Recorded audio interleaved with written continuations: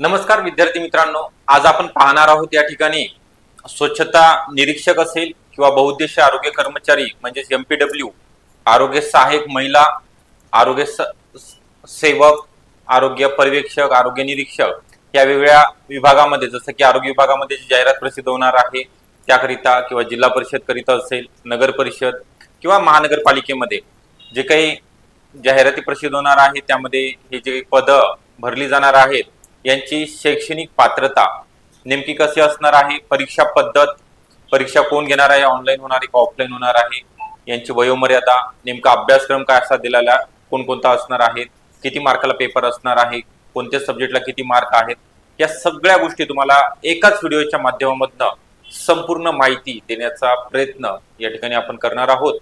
त्याकरिता आपण शेवटपर्यंत हा व्हिडिओ काळजीपूर्वक पाहणे तेवढंच गरजेचं आहे, कारण की आता येणारा महिना हा परीक्षेचा असणार आहे। आचारसंहिता संपल्यानंतर जाहिराती प्रसिद्ध होणार आहेत, तत्पूर्वी आपल्याला आतापासूनच अभ्यासाला लागायचं आहे, तयारीला सुरुवात करायची आहे।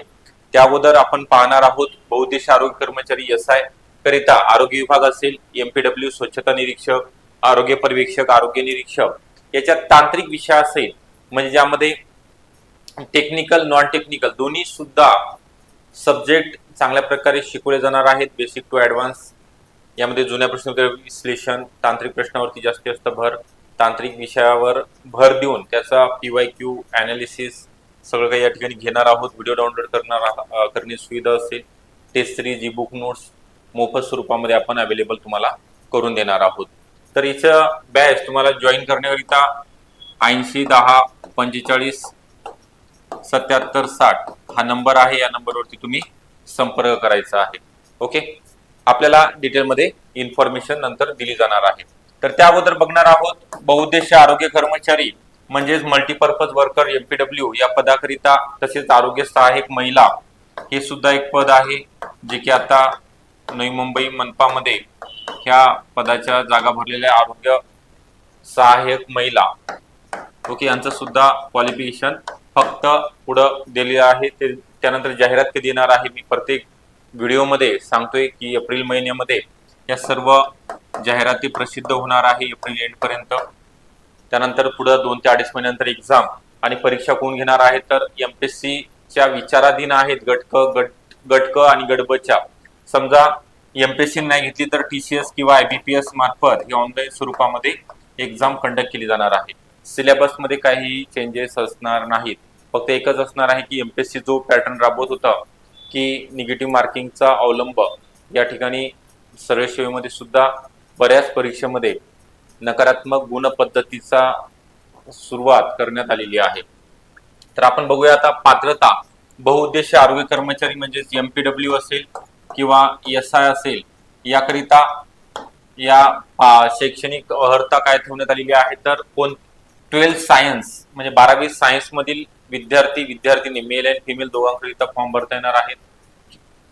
लागल्यानंतर 1 वर्षाचा कोर्स तुमचा MPW चा किंवा सॅनिटरी इन्स्पेक्टरचा असणं बंधनकारक करण्यात आलेलं आहे। तुम्हाला 2 चान्स दिले जातील, 2 वर्षामध्ये ही परीक्षा पास होणं गरजेचं आहे, नाही तर तुमचं सेवा वेतन असेल किंवा प्रमोशन या गोष्टी रुकवल्या जातील किंवा थांबवल्या जातील।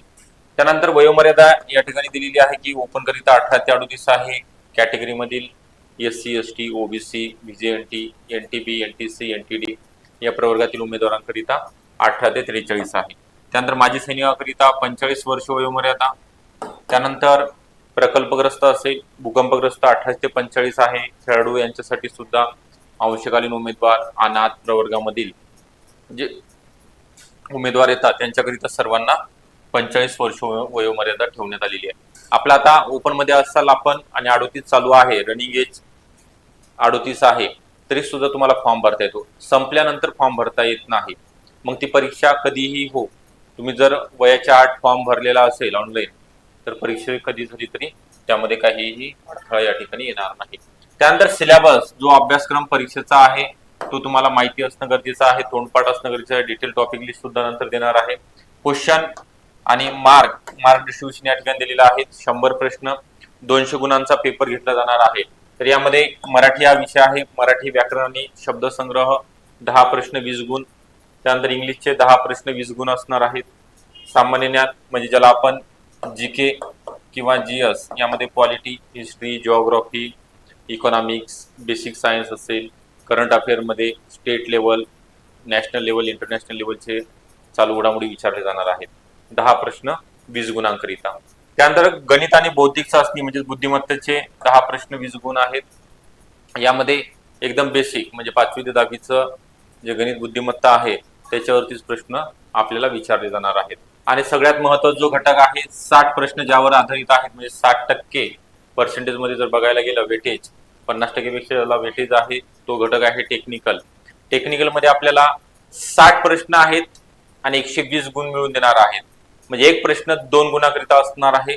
तर या टेक्निकलचा तुम्ही जास्तीत जास्त अभ्यास करणं गरजेचं आहे जेणेकरून तुम्हाला अंतिम निवड यादीमध्ये 100% नाव येणार आहे.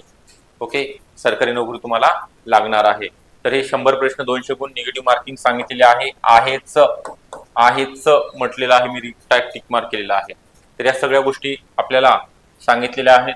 त्यासोबतच तुम्हाला बॅच संदर्भात सुद्धा माहिती दिलेली आहे. स्वच्छता निरीक्षक असेल किंवा आरोग्य विभाग, मनपा, नगर परिषद मधील एमपीडब्ल्यू, बहुउद्देशीय आरोग्य कर्मचारी, आरोग्य सहाय्यक महिला यांच्याकरिता आपल्याकडे तांत्रिक विषयासहित बॅचेस लॉन्च करत आहोत. येणाऱ्या काही दिवसामध्ये जाहिरात सुद्धा प्रसिद्ध होईल. त्यानंतर तुम्हाला वेळ कमी राहील त्याकरिता आपण हे आतापासूनच ऑनलाईन बॅचेस म्हणजे लाईव्ह प्लस रेकॉर्डेड तुमच्या वेळेनुसार तुम्ही कितीही वेळा लेक्चर बघू शकणार आहात. Test series, book notes, test 25 available आहेत. नोट्स, अपडेट नोट्स सगळ्या विषयाचे अवेलेबल असणार. प्रिंटेड नोट्स सुद्धा आहेत. तर त्याकरिता तुम्हाला 8010 45 77 60 हा नंबर दिलेला आहे. या नंबरवर तुम्ही संपर्क करायचा आहे आणि बॅचला जॉईन व्हायचा आहे. आपल्याला हा व्हिडिओ कसा वाटला नक्की कळवायचा आहे. आवडला असेल तर लाईक करायचा आहे जाता जाता, अजिबात विसरायचं नाही. आणि जर नवीन असाल चॅनल तर सबस्क्राईब सुद्धा करून ठेवायचं जेणेकरून येणाऱ्या अपडेट तुमच्या पर्यंत पोहोचणार आहेत. ओके, थँक्यू, धन्यवाद.